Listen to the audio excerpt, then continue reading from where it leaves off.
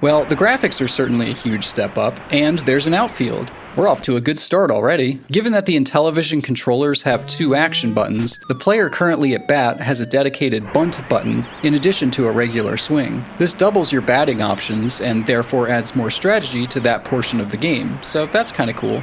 Being able to have your runners stand just off base and make the next run easier without drawing the fielding team player's attention is actually a pretty fun risk versus reward mechanic. Oh, and it even has a voice sample that says, "You're out."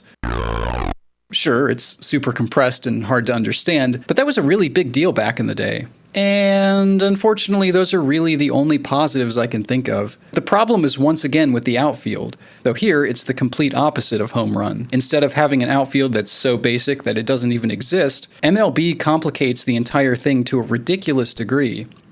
So I have to make him run all the way down there? That's your straight control? It? Can I throw it? Do I just have to chase you?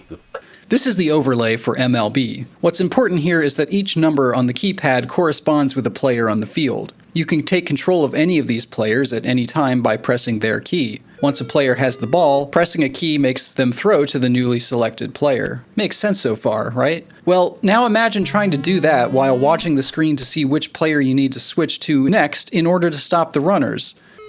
Did I not switch to that dude? Well, I gotta run. No, I missed it. I'm gonna keep going. And then can I throw it over there? No, that's not throwing it. There it goes. Okay. Throw it to this dude.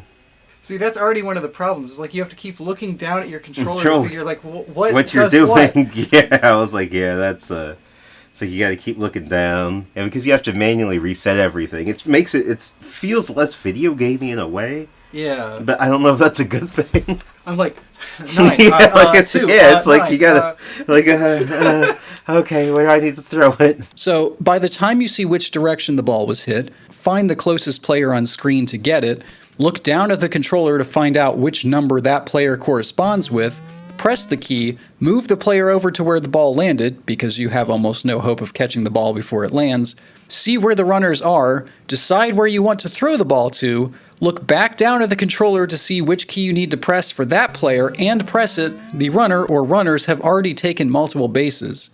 MLB really is the best baseball simulation that I've played so far, and the keypad control scheme seems like a good idea in theory, but it's really a convoluted control mess to actually use. You could theoretically get used to the complex fielding controls, but in my admittedly short playtime, I didn't improve at all by the end, and I wasn't compelled to try to get better.